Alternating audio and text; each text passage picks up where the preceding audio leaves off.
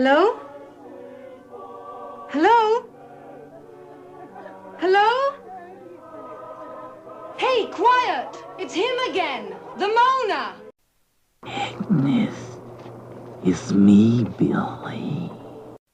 I just know Clara's dead. I can just feel it.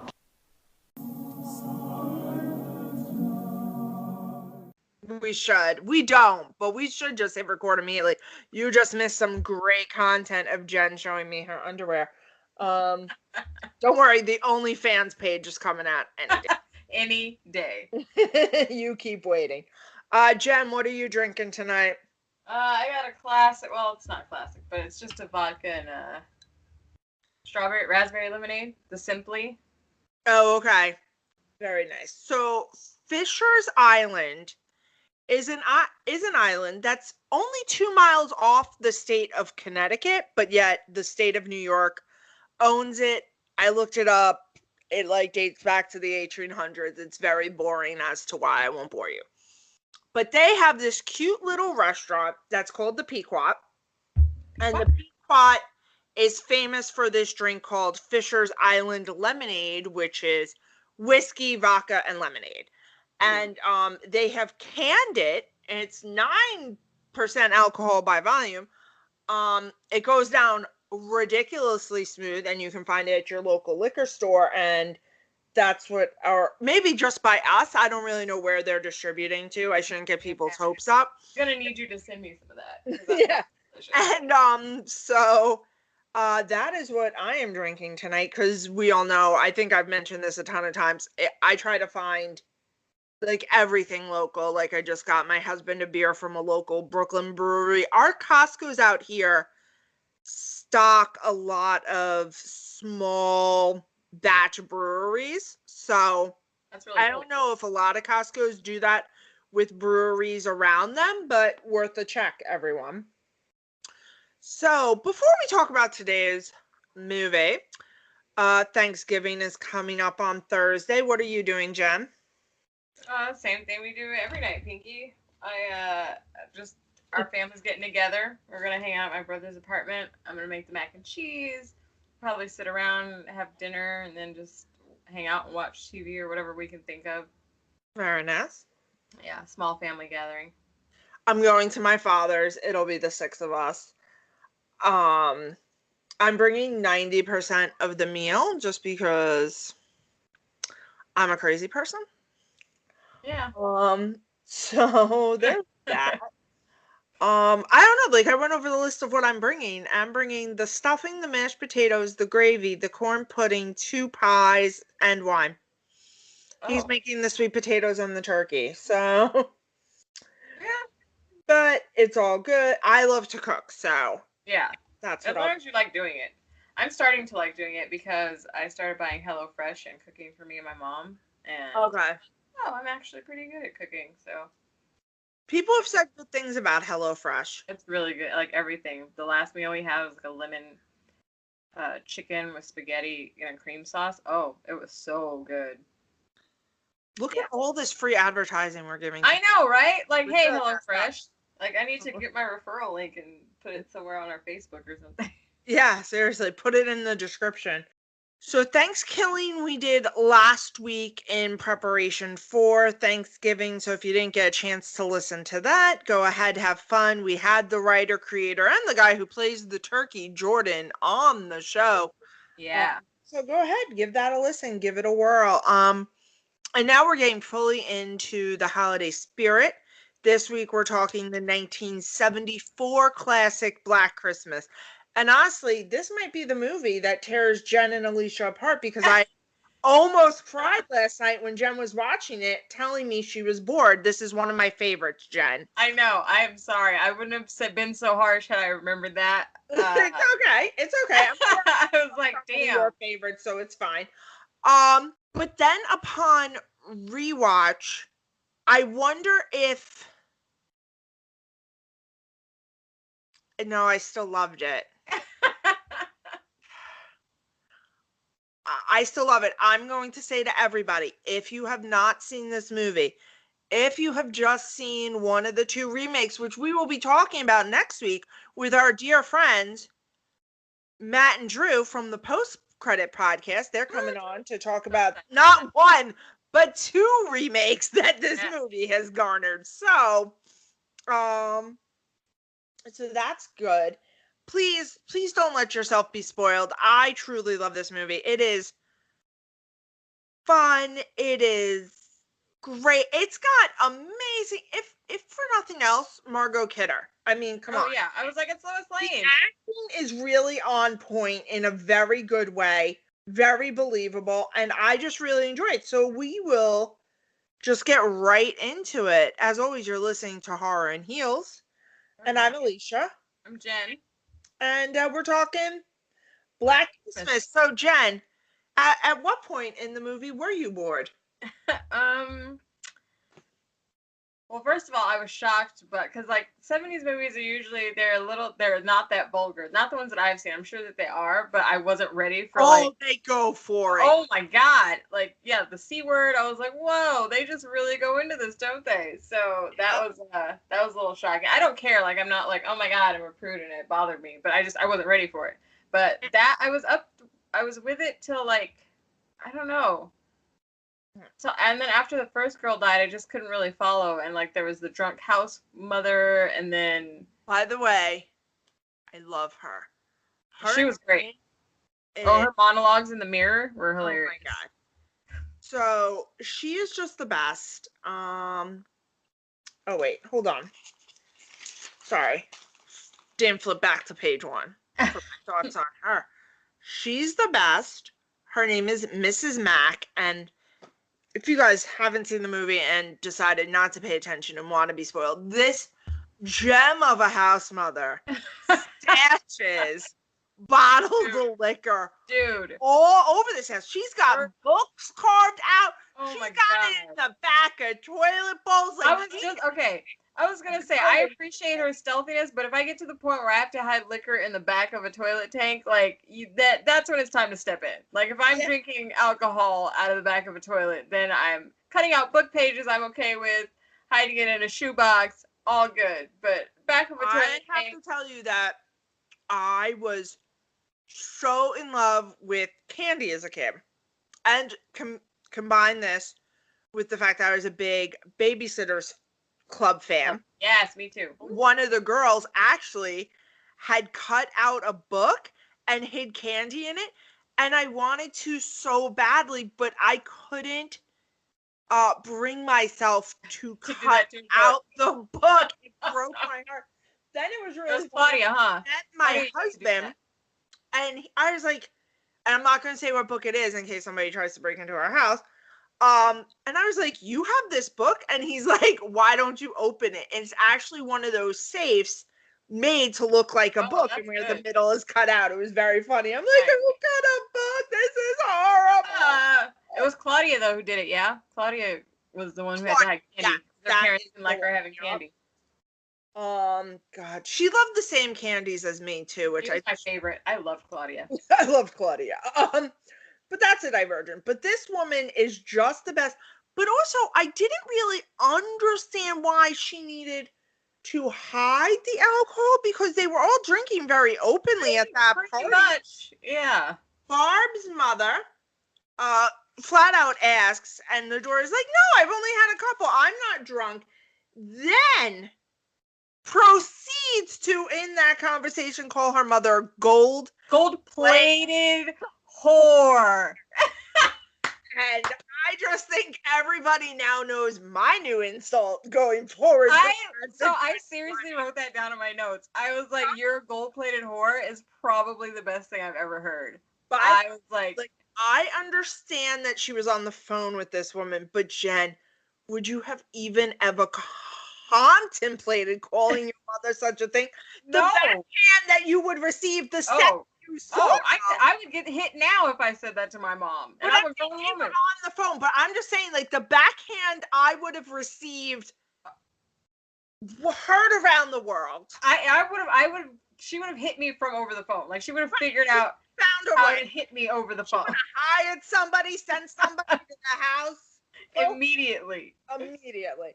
But that was the first note I wrote down was you're a real gold-plated whore. I was like, wow, that's And you can see that the girls have a sympathy for Barbara that you wouldn't expect a lot of sorority girls to have. You can see they're like, oh sure, we'll go skiing with you, no worries. Like a lot of kindness in these girls. And then our first girl to get got, the last thing she hears about herself before getting murdered is that she's a professional virgin. And I didn't know you could be a professional at literally doing nothing. yeah. So that's impressive. Because being a virgin means you've literally done nothing. By the way, of all the girls in the show, her boyfriend was by far the best looking. So how out of all of them, she was the virgin? I mean, okay, sure. Did Chris have horrible taste in clothes? Absolutely. That fur coat was in a bob. Oh, that's on my list too. You and I were right here because I was like, that pimp coat, holy crap. I was like, sir, you need to do something about that right now, as in take it off and give it to your woman, because that's who should be wearing it, is a woman. Yeah, it was miraculously horrible. And so apparently there's a cat in the sorority house. Didn't know that was allowed. Apparently in the 1970s. You know, whatever. It's whatever in the 70s. Everything was fine. And we'll get to the more of the whatever that it was. But so the poor professional virgin, she is looking for that cat. Now, if only her mother had raised her right and told her, you take the plastic bags from the laundromat off when you get it home, or else if there's any moisture left, you will get mildew immediately, especially if it's not an item you wear a lot. Like I have bags for certain items we don't wear a lot. I always make sure they're 100% cloth. Like none of our suit bags, none of our dress bags have any plastic, because I don't know if this is more of a coastal problem in which we're always worried about moisture. But I'm very worried about mildew. It happens like immediately here on Long Island, to the point where like memories of our grandmother are just mothballs everywhere to like I imagine and cedar more blocks. surrounded by water than we are. Like we have the beach, but that's yeah. Like probably people at the beach are that concerned about it, but I would imagine. Well, I would think that most people would consider me geographically an at the beach person. I am a mile away. Yeah. Yeah. Oh yeah. So, but you've also got more of it around because you're. Yeah.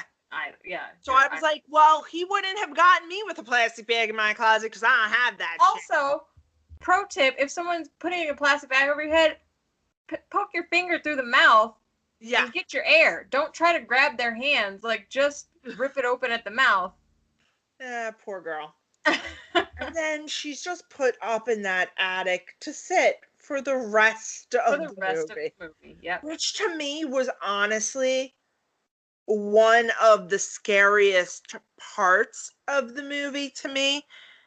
So when did you see this movie first? How old are you? Ooh.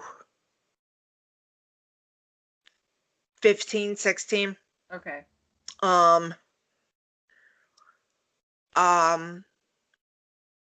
Yeah. Not super young. I always love when a movie does the point of view of the killer. Always love that. And I just found these girls, Mrs. Matt, I just found it all very enjoyable. I loved that it wasn't. I find a lot of horror movies are beat after beat after beat of horror. And I think I really loved the pacing. And what I loved is that for almost all of the movie, the girls are not aware that anything bad is happening. Yeah. And I loved that. I think that's so fantastic, with the exception of the perverted calls, which I'm like,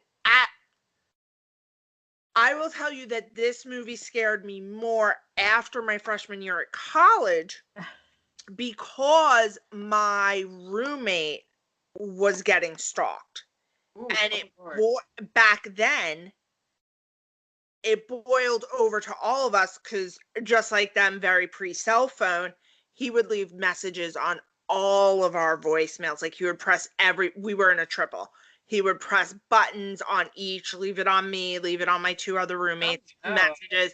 There'd be notes on our whiteboard. You know what I mean? So like just knowing that somebody can be that close to you and you not know, it's creepy. And I will say that the campus police, I did feel, took it very seriously. I will say that the boys in our building took it seriously. Like once it started happening, we at night, like none of us ever walked back to our rooms alone. Like I did feel comfortable in that, but I do remember watching it after that incident and being just a little bit more freaked out. But I did like that. The next day, so the murder happens. Yeah. And nobody knows. And they I think she's just missing. Or they at what point, I guess he had to move her up to the attic fairly quickly while noise was still happening downstairs, or you would have heard that. Yeah. They don't answer that question. Well, this movie doesn't answer a lot of questions. A lot of questions I had at the end. Which I loved, but I know most people hate. So it's like these women forgot there was an attic in their house too. Yeah. I'm just gonna say that. They forgot that shit was on there. And I don't know. So creepy that like like I have a house with an attic and now I'm a little creeped out because I've never gone up there. Yeah. I'm like, oh, I don't know what's up there. Like you have no idea. Probably not a person though. I feel like I would have heard that. Okay, so the next day, we find out something's happening with Jess. And is she British? Because she sounds British, and it's yeah, she totally is. And it's annoying. She's got like that British stoicism. The fact that she for all intents and purposes is our final girl, just right. Which that's what I was gonna say. Barb. I was gonna say usually the final girl is the virgin, and this one the virgin dies first, so it kind of puts that whole trope on its head because it turns out that the girl, not only is she not a virgin, but she was going to get rid of her baby, so that's like the opposite of the virgin ends up being the final girl. Yeah. So Claire is missing. Her father is in town. And this poor man. I've never seen a man with a stick shove so far. Oh. Up so many things. I was like, dude, I mean, to be fair, I too would be concerned if my daughter wasn't where she's at, especially a girl like Claire. Like, clearly she has a reputation for following the rules. Everybody talks about it. She is a good girl. Mrs. Max says it to her father while trying to hide pornography with her just one hand as she's still stumbling drunk. She's a treasure. Oh, she's great. And then, like you said, her monologues. And that, and then they're at a fraternity house, volunteering for kids. What parents allowed their kids to go to this party? I would never. They were so. I was like cursing. Somebody's letting these kids drink. Barb's letting them drink. Yeah. At first, I was like, I said to myself, I don't think I clocked that the first time I watched this. Like, I'm gonna be honest. Well, now as a parent. Well, now you definitely clocked it as a parent. I'm like, you're like, ah. Oh. I was like, I know TJ didn't like last year's Santa. Oh, last year's Santa. TJ was one. It's just a picture of him shrieking. Like, red face shriek. I'm like, oh my God. I'm like, this is a horrible picture. So, but maybe if I had given my kid some liquor first. Hey, then he'd have been cool. He'd have been like, cool, Santa, whatever you want to do. Could have been better. Well, all last night he wanted my Fisher's Island lemonade real bad. Of course. And then this morning, and I mean, I was standing right there, but he dug it out of the garbage, got his little lips on the rim. I mean, there was nothing left in it. No, I don't care. No, it's just I was like, it's just, kids, if you have it, they a need kid it. wants it. Like, I could have been eating raw liver, and it would have just been the fact that I had it that he wants it. Like, I play these little games, like, if he says he doesn't want something to eat, I just pretend to eat it, then he's screaming for it. Yeah, and then, like, oh, give it to me. Wow. See? Yeah. Kids are great. So, but no, I gotta tell you, I would have never sent my children to a fraternity house For Christmas? Yeah. which I know, and I remember on my college campus, like, doing things in the student union Yeah. for children. Like, we had a day with Santa and they came and we gave out little gifts and everything. We had the Easter bunny go, because there was a daycare on the campus. We had the Easter, like, one of us dressed up as the Easter bunny. We went, we handed out candies. Yeah. I remember when, like, every year we did, like, a toy drive and we'd wrap the toys and stuff for Christmas and give those out, but not in a fraternity house. No. That's what I'm saying. That's a little odd. That's Yeah. It's not something just go play with these college boys. It'll be fine. Like, no. College boys. So, Claire's dad, whose name I don't think I wrote down, but so he ends up at the sorority house, not pleased with what he sees there. Situation. Then decides to drive Miss Mac and then go to the fraternity house, in which he sees Barb giving the young child booze, but doesn't say anything. No. Then him, Jess, and Barb go to the police station, in which we meet Sergeant Nash. Yes. Never since Mayberry have we had a police officer so incompetent, unable to protect the people of his city as we do Sergeant Nash. Oh, Nash. Oh, Nash, this is not. He's only allowed to have one bullet, just like yes, exactly. Just like Party Five. Barb is making fellatio jokes. Right. I was like, is he not getting this? Well, we find out he doesn't get it because the lieutenant and the other guy are making fun of him later for it. They're like, Nancy's dad, John yes, Saxon. I was just about to note, if you guys didn't catch it, that's Mr. John Saxon, and I guess he's been typecast as a lieutenant. As a lieutenant. In all horror movies at this point. Yes, Nancy. I love him though. He was so attractive to me. Yeah. I love him. Well, he actually cares. Yeah. Like, so he doesn't get involved until later in the story. They go to Nash. Nash doesn't seem to think it's a big deal that Claire has not shown up. He goes so far to insinuate to a young woman's father that she's a whore shacked up with her boyfriend. And now Bob's just drinking beers in the police station. Pulls a beer out of her purse, is already visibly intoxicated, if Nash couldn't tell, and proceeds to continue, and nobody blinks an eye. God bless the 70s. What was happening in the 70s? God bless the 70s. Because you know what? You were responsible for you, and shame on you if something happened. The police were not trying to help you help yourself, that is for sure. So Nancy, right? That's her name. The boring one. No. Jess.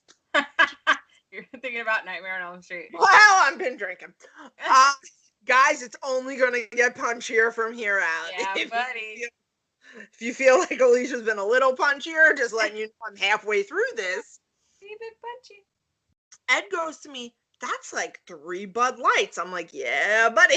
Yeah, it is. I did enjoy that the movie really wanted us, at least for part of it, to think it was Peter. Even like when she's talking to him, just like everything, you want him to think he's creepy. By the way, one thing that the 70s, guys, your hair, it was atrocious. It was so bad. I don't know how any sex was happening in the 70s. I said the same thing as I was watching it. I was like, who is having sex with these men? Like, why are people still around after the 70s? But it happened. I guess when you got nothing to compare. You know what though? I'm gonna say we're living in the age of the man bun, and those men are getting laid. So don't know why or how, but more power. Don't know why or how, but more power to them. I gotta say that there are men that I find attractive and that I enjoy these days, but it's so few and far between. Same. Yeah. I'm just like, did you hear this? And it has, and everybody will attest this with me, it has zero to do with looks. Because, like, I love Jason Mantzoukas. The whole world knows it. And he just gets better looking to me and more appealing the more he I just listened to the Cats episode of How Did This Get Made. If you have not listened to the Cats episode of How Did This Get Made, just do yourself a favor. Click off of this right now. I don't even care. Listen, it's fantastic. No, we need the retention. Stay on. Stay on. But then go listen then go over to the other podcast. So it's so funny because if I tell somebody who doesn't know who Jason Mantzoukas is that I like him, and they look at his picture, they're like, him? And I'm like, no, like, you don't understand. Like, I just feel like I could sit down, have a nice egg-free meal. See, Jason, I care about your allergy. Egg-free meal with him and have a fantastic conversation. I just feel like we would have a nice rapport. And that, to me, makes somebody so attractive. Oh, same. Like, personality does it. Like, I don't even like I like females, but Miss June Diane Raphael, if you ever get tired of Mr. Paul Scheer and you want to come on over, please do. Please do. Your perfection. Grace and Frankie, like her character on Grace and Frankie, I can't, like, I love her so much. My favorite scene in that show is because she gives she doesn't care. Like, as long as she's entertained and she's doing what she wants to do, she could care less about what else is going on. The best is when she goes to her sister. He punched a short rib. Like, what the fuck? That's the scene I was about to talk about. But it's just so good because it's her face, it's her tone, she's just perfection. Oh, that whole scene. I loved her in The Long Shot. She was hysterical. But the whole scene in the restaurant where, like, they piss off the waiter and she is just enjoying. And I'm like, see, now me, I'd be like, oh my god, like, how do I? She's like, let this ride. She's like, bring me another whiskey. This is great. I'm here for the entertainment. And I'm like, that's how I want to be. I want to be that person. She's like, she's entertained. She is enjoying it. That I love. Well, actually, Barry paid for it, but okay, moving on. I'm a millionaire. I'll fix that later. Okay, should we get back to 1970? Yeah, sorry. I don't even Tangent. know how we got into that. Oh, Man Bun brought us all the way around. Yeah, because of the style of the 70s. But Peter, there is something wrong with him. And is he a lot older than Jess? I thought he was like a professor or something. I thought it was Well, he's definitely older because he says he's been in the conservatory. Yeah. 8 years. So he's rocking the little cradle. Child prodigy, which they don't allude to, he would have to be at least 8 years older than her. At least. Or at a minimum 4 years older. Yeah. Because if he started 4 years before and she's a senior, I could give us that. But geez Louise, yeah, I thought he was like way older. Because I don't know the rules of that school. I do know in a lot of schools you have to be at least a sophomore is the minimum. Usually you have to be a junior or a senior to live in the house off campus. So.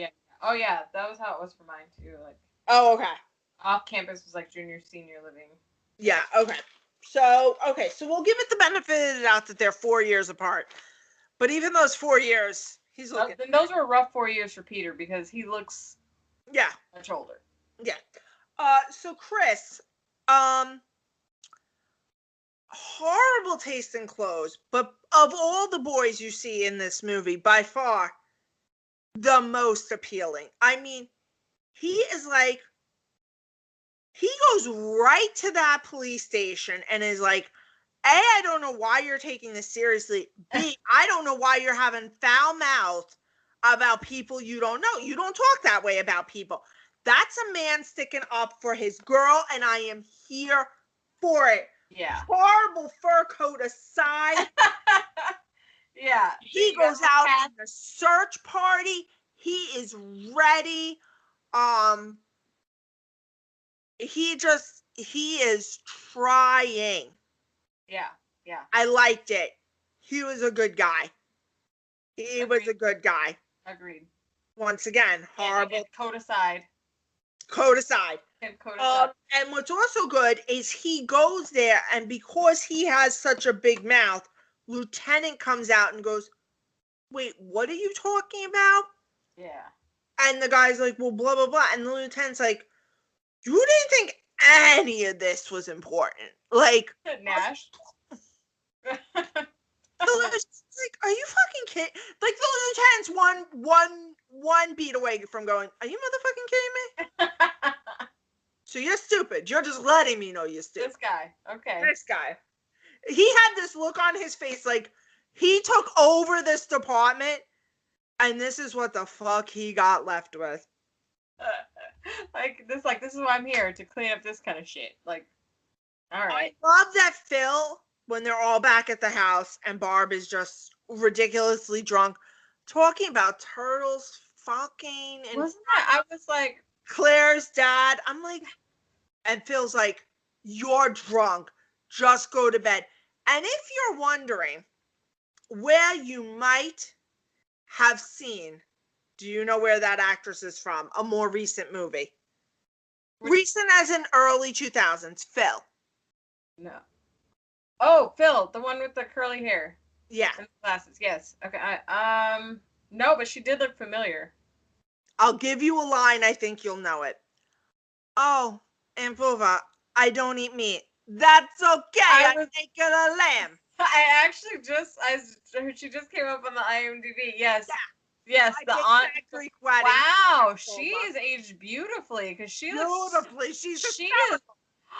I love her, and like, in everything, but like that's like the most recent one people would recognize. she's so gorgeous. She Yeah. really plays down her looks in that movie. I'm sure for the character, but she Right.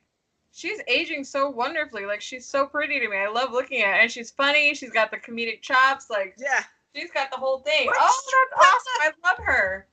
When the search party comes around and she's like, well, just laughing as she's closing the door, going, "Oh my God, I'd rather take my shot with the killer." I'm like, "Oh, Phil, you're a national treasure." Don't I love her so much.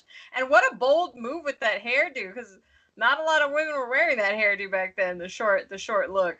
And her glasses, they were perfection. She was I liked her. She was good people's, because even though she's so annoyed with Bob when she sends her to bed, when they're leaving and Mrs. Mack is to search for Claire, and Mrs. Mack is like, "Oh, my sister, I'm going to go see her. I won't be home." And she's like, "Can you please just check on Barb one last time before you go?" Like, she still cares. Yeah. Bob, I would have been like, "Peace out." Like, bye, bitch. but second of all, if you really do care, you should never, this is just a public service announcement, never send a person that drunk to sleep unsupervised. Yeah. throw up, they can choke and die on their own vomit. So please, if you see someone that bad, accompany them, stay with them, make sure they're okay. You really can save a life, because some people do get out of control every once in a blue. We're not shaming, but if you see someone like that, please don't just send them to bed alone. Be their eyes for the night. Just take one for the team. We've all had to take one for the team. Some more than others. Yeah. Claude the cat, can we just talk about him for a second? He's getting everyone got. You bitches should have had a dog. What you yep, again, second week in a row. Cats just no good. Nobody Needs them. I mean, I don't hate cats. Like, they're okay, but they're not my favorite pet. No. All they do is take. If you had a dog, you would have known where Claire's body was. Right. You would have known if there was a person in your attic, because the dog would have been dog would have let you know. Yep. I'm sorry. I still am confused as to how you don't know there's a person in your attic. But there was walking, like, and how long was he up there? Like, these are part of the questions that I had. Like, how long was this person up there? Well, I have to say, I do remember from the 2007 remake that those questions So we'll talk about that next week. Yeah, that's what I was going to say. I was going to say at the end of this one, I was like, I have so many questions. And I was like, as much as I didn't like the remake, I do remember that they had an explanation for what was going on. Yeah. Which I was expecting in this one. And I was like, nope, no answers. Okay. Nash is just worthless. So now she calls talking about the calls. She gets another call. Yeah. Peter's behind her, and she is just like, I'm done with this shit. I'm telling the cops. Thankfully, Claire's dad must have supersonic hearing. Here's the address that Nash writes down. And the lieutenant goes, so wait, let me just get this straight. A girl from this house is missing. Another girl calls and tells you they've been getting strange calls for the past week and a half. And you don't think these are pertinent points to put together? He was like, what? Like, so then they send, so now, thankfully the lieutenant's like, well, no, this is something. I mean, he just plays the best guy ever. And he and the tech guy go. And listen, the tech guy was great. Like, he was very calm. Like, okay, this is how it's going to go. I just felt so bad for him.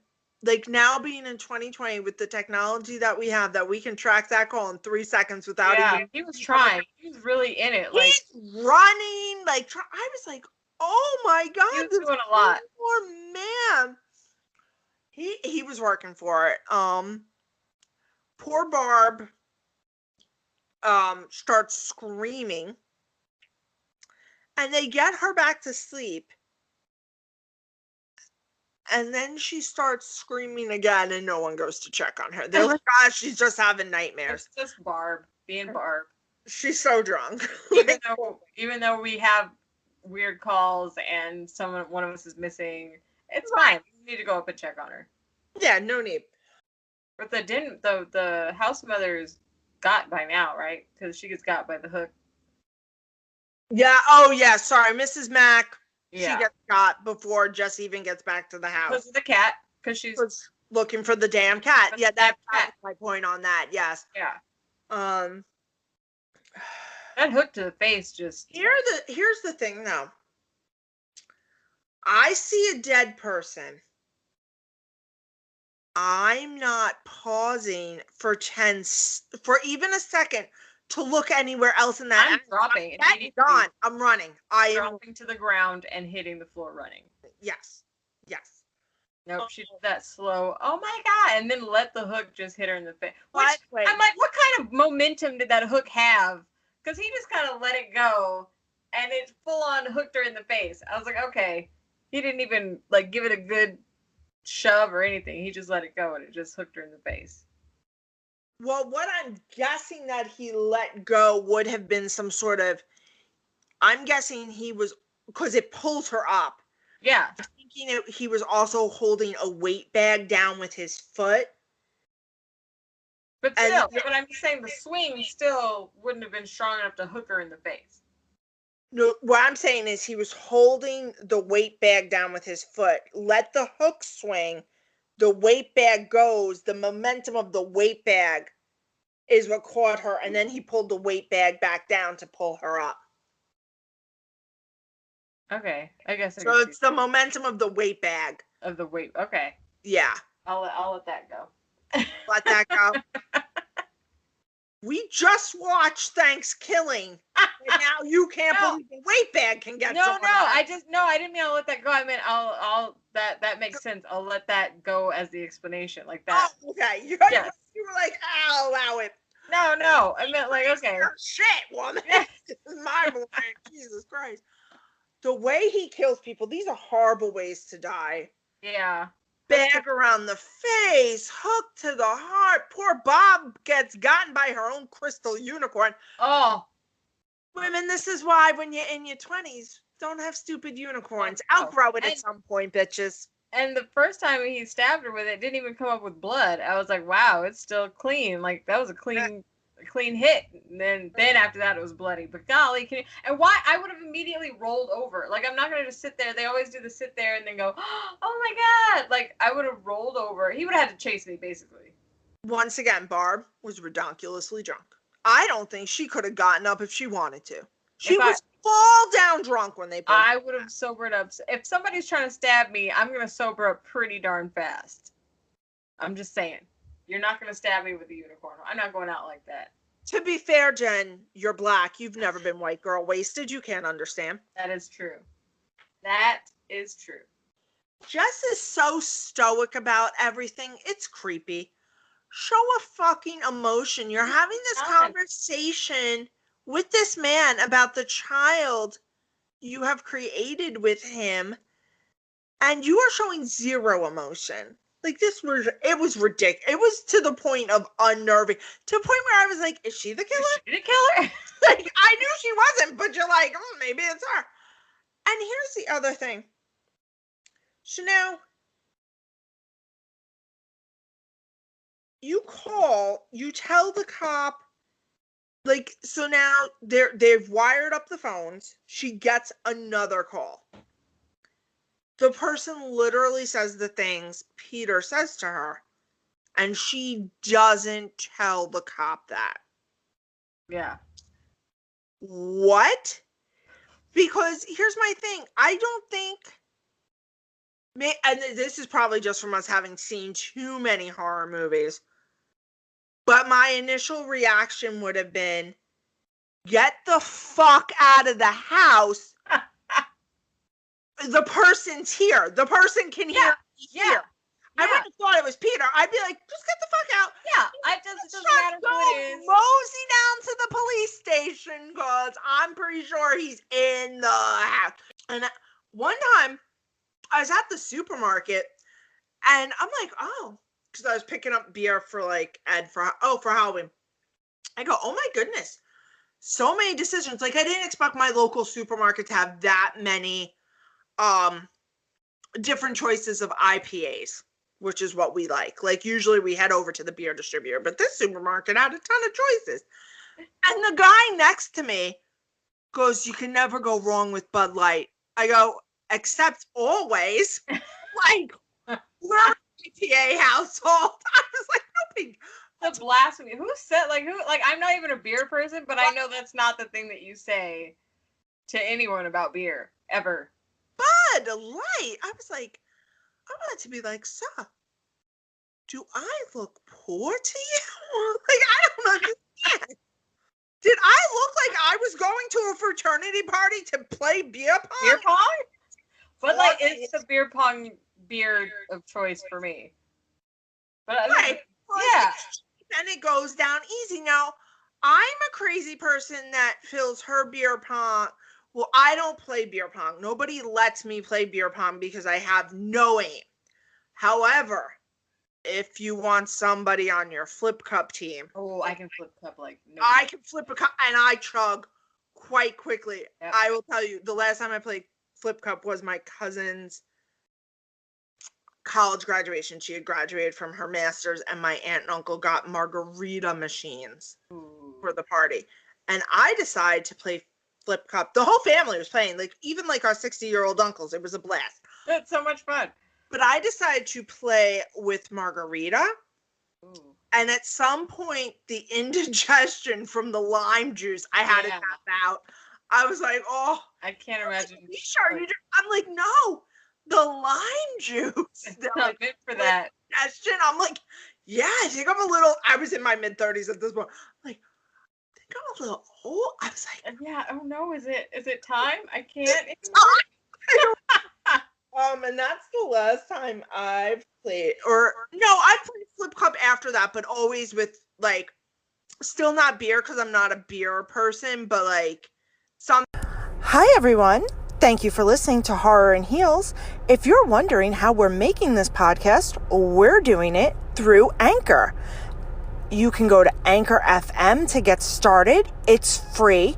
They have creation tools that allow you to do it right on your phone or your computer. I edit. I'm actually recording this while I'm in my car waiting to go to my next client. They make life so easy. They even distribute your podcast for you. You can be heard on Spotify, Apple, other sites. It helps you upload if you want to make a Patreon or anything. You can make money from your podcast with no minimum listenership. I know zero about formatting and doing this and that and the other thing, and Anchor makes it so easy. It's everything you need to make a podcast all in one place. If you want to learn more, go to the Anchor app or anchorfm.com to get started. Thank you and have a great day. Now, so Ed actually asked me today, he asked me if this was where the call is coming from inside the house came from. Yeah, that's what I was wondering. So I looked it up. Yes, Black Christmas is the first movie to do it. I do remember, and I couldn't find it, so I don't know which preceded. There was a book about, like, with a storyline where a call does come from inside the house. Yeah. But I couldn't find the title of that book to tell you guys unequivocally if that superseded this or not. Yeah, that's a famous, like... It's a famous trope, but this was the movie to do it first. Yeah. This, however, most people think this is the movie that started the killer point of view, and it is the one that most, including Halloween, do quote as where they got the idea for the killer point of view, but there were movies to do it before. Yeah. But this is most often the one referenced as the first one to do it. It is the most noted one in the trope. Yeah. I should say the most noted. I'm sorry, not the most noted. The earliest noted. The most noted is obviously the original Halloween, Betsy Palmer, Mrs. Voorhees. It'd be nice if we did research for people ahead of time, but we're just not that show. Sweet. Nope. We don't have Paul Scheer. We can't be bothered. Hey, if we can get a sponsorship and get paid for our time, we could put in the work. Yeah, and Nash tried to be, he said no questions. He said, don't ask me any questions. Just do what I tell you. And of course, he failed immediately, as we all knew he would. Well, she does, because in this moment, he explains exactly what she needs to do. He says, don't ask me any questions. Just do what I'm telling you. Get out of the house. And in her fashion, true white girl fashion, she's like, why? What's wrong? And I'm like, he would have wondered if I had been on the phone ever in the first place. I'd have been outside so fast. And then she stands there and screams out for Barb and Phil. And I'm like, no, I can't help them. Third time. After the first, I'm out. You're a good friend. Because they wouldn't even gotten the one. Because I would have assumed, I'd have been like, well, I got to get to safety. I got to get to the cops. And then we'll come back and check on Barb and Phil. But I'm not letting the killer know that I know anything. Because that's not going to help. Yeah. And then she takes on the fire poker. Poker, yeah. And she kills poor Pete. Yep. I know most people probably do not like this ending. Including but not limited to Jen. She's raising her hand at me. You guys can't see that. That'd be me. I do. I I just know. do. You know I do. You know. Yeah, you know. Which is very funny because I hate short stories because I never feel like I get enough of a story. Although I did just read Stephen King's If It Bleeds 4 short story compilation. I'm on the list one now, and it's very, very good, very, very well written. One of the stories has my favorite characters, Holly Gibney, in it, so I highly recommend. If you haven't read it, check it out. Give it a read. I don't know, the fact that there's no conclusion, the fact that you pan, and still after all this, nobody has checked The bodies are the still in the attic. attic. It's like nobody in this house remembers that room exists. It's Except for the house mother who went up there to look for the when cat. she goes up those stairs. It's like, probably should clean this out one of these days. No shit. That's, yeah. And I know that a lot of people don't love. So you see the killer, Billy. He, or I mean, at least that's who he tells us he is. We have no reason to believe or not believe him, and clearly he is stuck in something that happened in childhood. You can tell by the way he plays the toys and the little songs he sings to himself, and clearly someone named Agnes is a part of that, and that's really all we know. And I love because then your mind can just wander atrociously, which I always enjoy doing. But that's just me. This goes back to how everybody doesn't love the ending of the Dark Tower, and I do, and I think like I don't know. I like having, especially for something as obscure as like, why is this man in the attic? Like, some things I'm okay with not getting answers for, but with that, I was just like, I really need to know how long he's been up there, or why he's up there, and why no one knew he was up there, and why he just now decided to start. Like, I need something to does satisfy. IMDb answer any of these questions for you? No, I haven't found any. Good. I mean, like I said, I do vaguely remember these questions being answered in 2007. So Well, they do. Yeah, no, in 2007, it's a complete story. We know who he is, why he's up there, all of that. So that's what I was like, before, when it started panning out, I was like, are we gonna shoot to another screen? I know good and well this is not the end. And then the credits started rolling, and I was like, wow, I have no idea what just happened. The 2001 at least did do that, which I would like to say, if you're gonna do a remake, at least do something different and answer questions that weren't answered in the original. That's at least well, so, and I have not seen the 2019 remake, so I'm very excited. I will say, first of all, I would like to apologize to Miss Leighton Meister. I realize now this was not the horror movie you were in, and I apologize, Leighton. I apologize for that. We've already lost her as a listener. You don't even need to apologize. It's fine. No, she is. I'm sure. You know, but and I enjoy her fully. So her horror movie in 2011 was The Roommate. I just feel like everybody from CW had to do a horror movie. I guess it was in right, like that seemed to be in their contracts, and I just got them all confused in my head. The Gossip Girl who was in Black Christmas is Amber Tamblyn. Yep. So she did her run at it.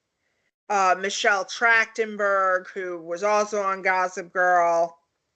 She was also on Buffy. She was on Buffy. She does her run in it too.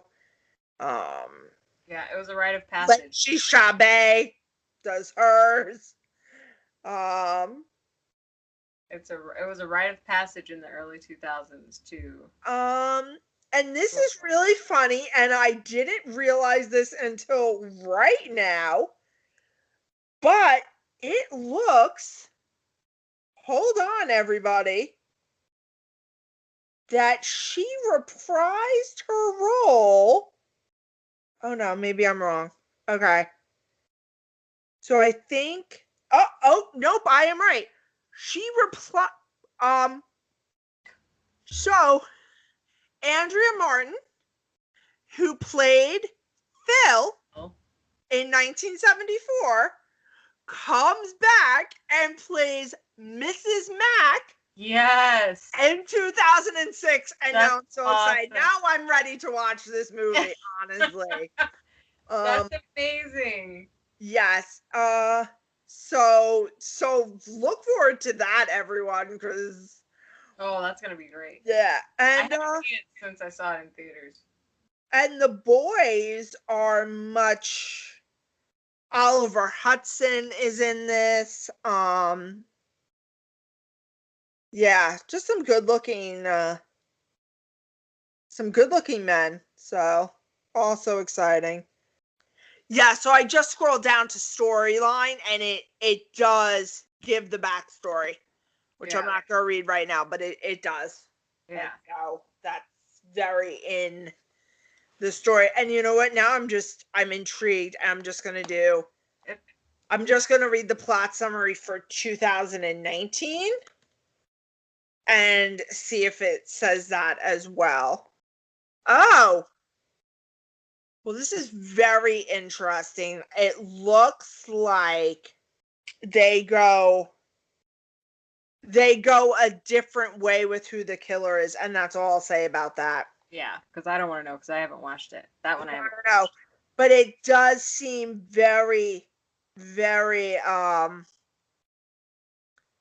very much that this is not so much a remake. So that's good. And Wait, so is it like the same premise to where it can be considered a remake or? very much so. Okay.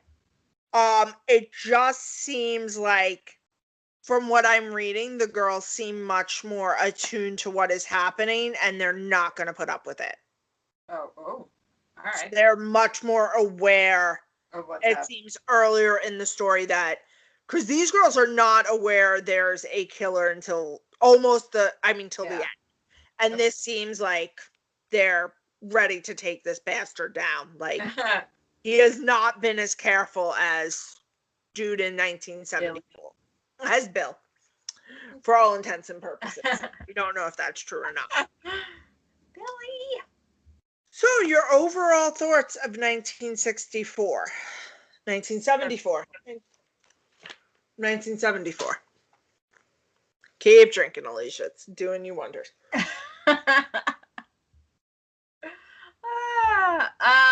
I mean, yeah, we went over everything as far as I can remember. And I had asked how old you were, not because it would be scary to that age, but just knowing that you hadn't, because it didn't, like the line, like, oh, he's in the house. I was like, but we knew that already. So it wasn't really like a twist. It was like, no, we've known he's in the house. Whereas it would have been creepier had we not known that. And then you heard the line. And now at this point, because horror is where it's at, it was there was no like shock factor, or there was no like surprise. I think for me, so I will tell you what makes this some of my favorites. The music. You have a lot of scenes juxtaposed against the caroling and the happiness of the time. Yeah. This movie, and it sounds funny to say for a horror movie, but it's shot beautifully. This campus is beautiful. The people who populate the campus for that time period are beautiful. You have this gorgeous stonework on this building. It's got this beautiful tree out front made with lights that we in our head when you see, at least for me, I have such great family memories of the Christmas tree and going to get the tree and lighting the tree, like, and because we never threw anything out in my family and I was a kid of the 80s, the big lights that are on the outside tree in that opening shot or throughout the whole movie, it's those big lights. We didn't have tiny twinkle lights in the 70s. Yeah, no, I remember those things. Those were like Yeah, and it's the same way I feel when I watch Chevy Chase's Christmas Vacation and he's just unwrapping those huge, massive bulbs. And if you're a youngin' and you don't know what I'm talking about, just do yourself a favor, do a quick little Google search, because they're just, in today's lighting world, you'll be like, who thought it was a good idea to put something like this on a tree? Like, Oh, you yeah. just look at it and you're like, shit, that looks fucking unsafe.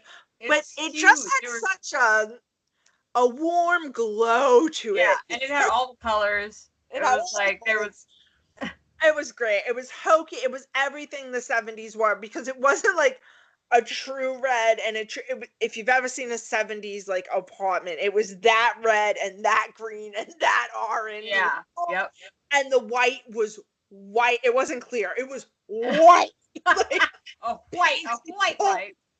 and so, but I have such fond memories of that. So to see your fun childhood memories juxtaposed against this darkness is what I love. To see those fun kids caroling and then the woman coming up and going, get them in the car, and the other girl's like, but why? Yeah. Oh, it's so much fun, it's the holidays. And the woman's like, get them. She's like 2 seconds away from going, Cheryl, get them in the motherfucking car. Don't ask any questions. Stop asking me questions, just do what I said. And so it's juxtaposed between these kids' smiling faces, and you can imagine they like get cocoa, and even the little sorority girl is like tipping them because it's so nice. We don't have carolers anymore. It's 2020. Yeah. And I've never caroled, and that honestly is a blessing to the community at large. Okay, I just want to say that's my gift to you guys every season. Is that every time Elicia doesn't show up on your doorstep, be thankful. singing. Yeah, no, not general. No, singing. Yeah. Just sing. You don't want it. It's the family joke every year. I go, I'd sing you happy birthday, but it's more of a gift if I don't. So yes, for me, the juxtaposition of that is fantastic. I think also that's one of the things that really works in Jaws for me too, is like you have this, especially for a coastal girl like for myself, 4th of July is it for me. Like that's, we are always together, like my family in July. We even do our family reunion in July. Like that's our time of year. Yeah. So it's the juxtaposition of you, vacation. right, of this thing that makes you so happy now terrifying you. And I think that's what I love the most. I'm a slow burn person. I've said this about myself before, and I will say it again. Even though this is a slasher, this is a slow burn slasher. We, as the audience, are much more knowledgeable. Right. We know what's going on. Contestants. This is not a show. Than the characters in the movie. And to me, that as a watcher heightens your awareness. You're like, oh, she's gonna get got. Yeah. It's only a matter of time. And I know we always know that in a movie, but a lot of times in the movie, the character is also aware. Like at this point, I think we're very much in the realm of, with the Saws, with the Hostels, the true terror, even the original slashers, at some point, they know very quickly it's happening. Yeah. It's not until the last 10 minutes of the very end. Yeah. The very end that they are made aware that this is very bad. Because they just think someone's missing. Like they haven't seen any dead body. They don't know anyone's dead. Right. Yeah. So that for me is what I like, and I think it just that, and I think that's what I love about the genre is it really depends on what you like. Like my husband will happily watch, with the exception of spiders, but like a creature feature with me. He'll always watch Jaws with me. He's seen Deep Blue Sea with me. Oh, I love Deep Blue Sea. I love those. He watched The Meg with me. Like he's very fine with that. But he will not watch. He cannot do torture of any kind. Oh, I'll watch it, but I'm not like a big like I'll see it just That to see I know I don't watch it either, but I'm just saying like he's not even a huge fan of like the slasher. Yeah. I think he doesn't like to see humans doing bad to other humans. Like with animals, he's like, well, okay, that's Mother Nature. Like, Yeah. by the way, I was like, you were so funny. So Jen posted a picture. Apparently in Australia, a woman had a very large spider in her car. And I just wrote back, well, guys, this is why you take one of the 40 sweaters or blankets you've chucked in the back seat of your car. You just wrap spider out, yeet it out your window, and you're done. I'm like, but also this took place in Australia, so that was Tuesday for this woman. Yeah, which is Jen, why I don't. Oh yeah, Elicia makes sense. Which is why Jen will not live in Australia because I can't with spiders. Cannot. I said to Ed, I go, so is there any place you wouldn't like go on vacation? I was like, because I really want to go to Australia. And he's like, I said something that horrified him even more. Because in Australia, there is a place where they will put you inside of a glass tank and the saltwater crocodiles swim around you on the outside. And I said to my husband that I wanted to do that. And he gave me a look like, oh, I've officially married a crazy person. Yeah. And then I don't know if he had not seen a huntsman before or had seen them and not thought they were real. We were on a cruise and there was an Australian at our table. She confirmed the huntsman, and that was the moment my husband was officially done with any thought of Australia. I'll go. I'll vacation. As soon as I see a spider, though, I'm out. I won't live there. I'll go and I'll visit, and I will try to not see a spider.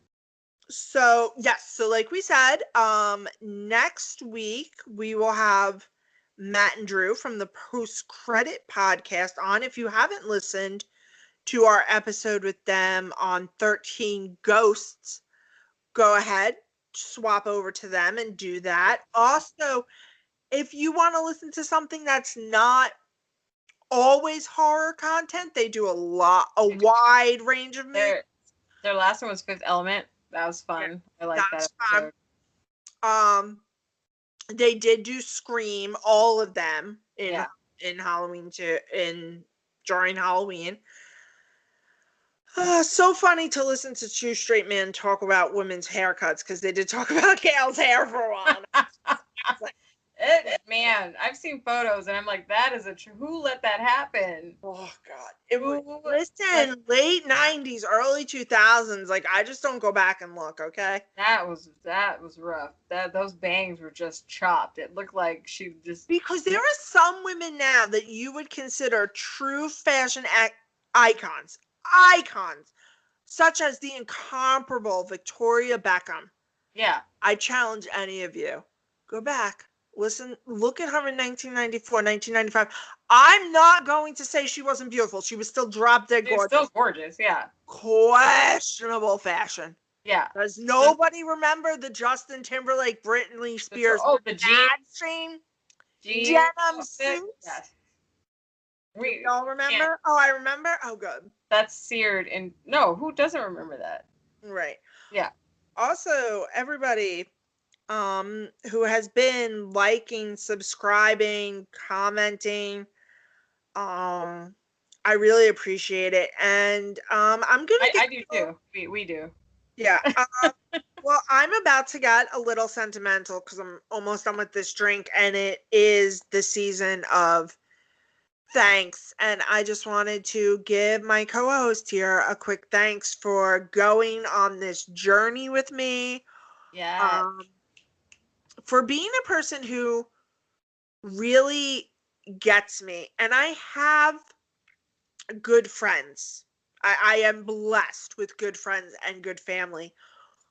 But I do know that horror is not a love shared by many. Um, my family lovingly listens to a couple episodes and they're very supportive, but we are not their genre. And I know that, and I knew that going in. So any support they've given me, given to us, I appreciate fully, but I did not go into this with them as my target audience. Yeah. I think they will very funnily listen to the Christmas Vacation episode, though, because that is our family's favorite Christmas movie. So to have somebody who truly gets something that you just love so much is such a blessing. And actually the other day, because Jen lives on the West Coast and I was driving and a rant was building inside of Elicia, and really a rant that I just knew Jen would appreciate. And I'm like, this fucking bitch has to live on the West Coast. I'm having a 9 a.m. rant. It is 6 a.m. I've got to wait a few hours to call her with this. And just to be able to have that feeling, especially about somebody that I haven't known for all that long, I feel is such a blessing and such a gift. And I do appreciate that there are times that Jen and I have differences of opinions just in how to manage or talk about things, but the two of us are always so good about being open and honest with each other about what we need, even if it's just, hey, can we push back dinner? Can we push back recording 15 minutes? Yeah. This came up. She is such an amazing person to work with, to talk to. I mean, did I hate her when she told me that Black Christmas 1974? That I know. Yes, my heart broke a little. A little bit. But it's okay. It's okay. She'll make it up to me, I'm sure. Yes. Yes. And I'm sure she's going to make me watch something that she loved that I'm going to be like, Jen, what are we watching? Yeah. Yeah. I mean, did you like Willard? Because I know we're watching Willard. Did you like it? I don't even remember it enough to have a strong opinion about it. Oh, okay. Because I already know. Now, the thing is, like, I just hate them rats. Yeah, rats are gross. Rats are gross. Oh, God. Something about them as pets, Jen. So, yes. So, in this time of thanks, I'm thankful I'm not married to a man who would want a rat as a pet. Hallelujah. And I am thankful for Jen for going on this journey with me. Well, ditto. I drank all my drink or I would cheers to you. But ditto. This has been so much fun. And I had someone listen to the podcast and they're like, how long have you guys known each other? Or how long did you know each other before you started the podcast? And I was like a week. Like, Yup. I was like, we spoke on the phone once and we were like, let's do this podcast and let's go. And then the next week we were recording our first podcast, and it's pretty cool that we've got this partnership and this understanding going on where it's like, I feel like we've known each other forever, and it's literally just been since August and it's November. And it's like, I know I can tell you how I'm feeling about stuff and you can tell me how you're feeling. And it's a really good partnership. And I am thankful. This has been so much fun already. Yeah. And I'm thankful that you do most of the social media because I'm an idiot. No, you're good. You're good though. You do reply and you go talk and do all that stuff. So I think we complement each other. That's the good thing too, is that we kind of, because you're strong where I'm not, and I'm strong where you're not. So we work together. Yeah. So we're not always butting heads. So, and we're both super chill and easygoing. I don't know if y'all can sense that from our episodes, but we're pretty chill. Yeah. To be fair, for the people who know me personally, I am not a person that you would describe as chill. Oh, see, you used to bring it out of me where I'm like, yeah, sure, that's fine, whatever. So. But we're chill together, and that's what matters. Yeah. Because I gotta tell you all, I'm ready to go nuclear on my neighbor. Just say you're sorry that your tree ruined my shade. I can't believe they haven't sent flowers or edibles or an edible arrangement or anything. Just apologize. And before you say, oh, well, maybe she didn't realize. Listen, her yard, we don't live in the middle of the woods. Let me let you know she's aware.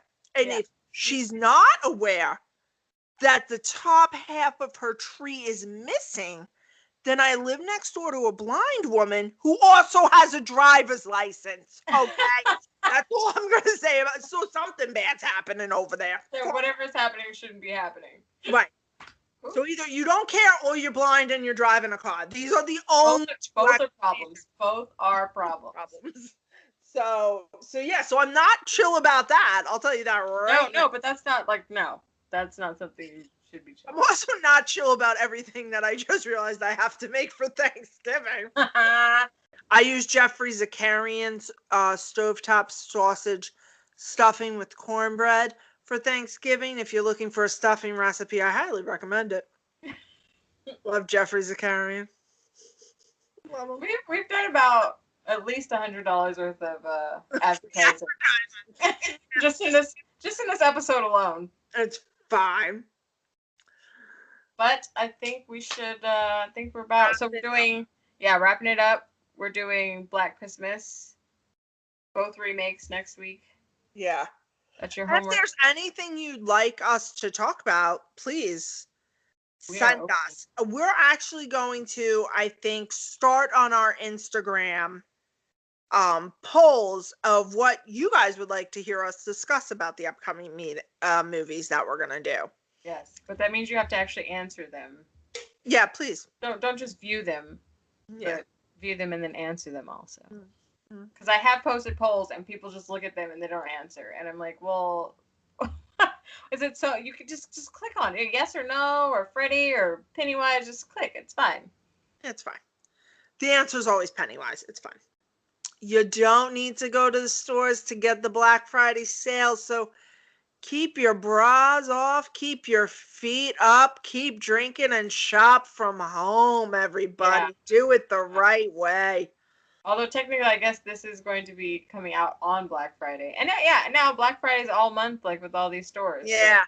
So we hope. Did my Kohl's Black Friday because I've wanted a weighted blanket forever, but I did not want to spend $80 on a weighted blanket. I put it on my after all their sales, that weighted blanket came to $21. So yeah. That's awesome. So I guess we hope everyone had a great Thanksgiving. Oh, true. Yes. Oh, I should have said this in Thanksgiving. On the Thanksgiving episode. It's fine. We'll get it. We'll get there. Shoot. Yeah, so we hope you had a happy and safe Thanksgiving, and yeah, we'll see you guys next week for Black Christmas and also Black Christmas. Yeah, we're going to split them. We're going to split them 2006, 2018, 2019, 2000 something. We're going to be splitting them into 2 weeks. Yeah. Just so that you're not listening to like 3 hours of content. Yeah, because obviously we can go for a while. Yeah, I'll trim some of this. Or I won't. Because I say a lot of times that I'm fixing shit in post that I never fix in post, except for me saying that I'll fix it in post. So, fabulous. Okay, bye everyone. All right, bye.